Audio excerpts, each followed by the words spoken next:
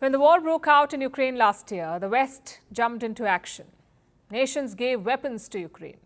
Europe took in millions of refugees. There was widespread condemnation and a general sense of unity. But 576 days later, the feelings are a little different. On paper, there may be unity, but on ground, the political knives are out for Kyiv. Volodymyr Zelensky got a taste of this yesterday. He was in Washington to shore up support, but it wasn't all rosy. The last time Zelensky was in Washington, he got a hero's welcome. This time, it was a mixed reception. On one side, there were his supporters, like Joe Biden.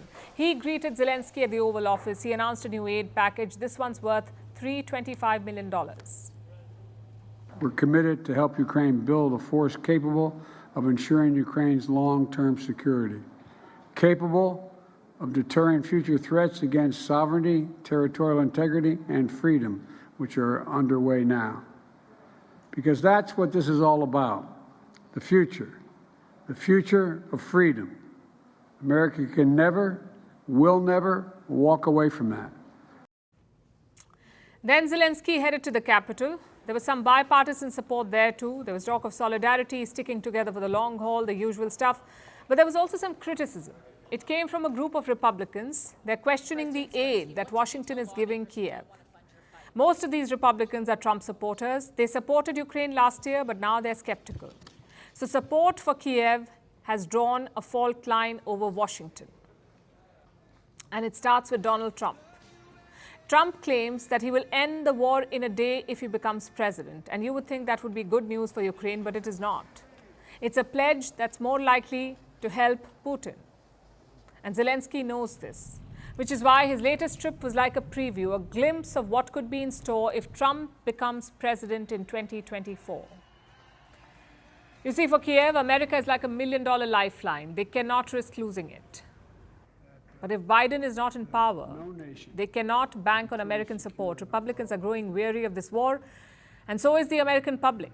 So things could change in the blink of the eye, just like it did for Poland. When the war began, Warsaw was a firm Ukrainian ally. It sent military aid, it sent equipment, it took in refugees, it did everything that a good neighbor and friend would do. But now Poland seems to have abandoned Ukraine. We are no longer transferring any weapons to Ukraine because we are now arming ourselves with the most modern weapons.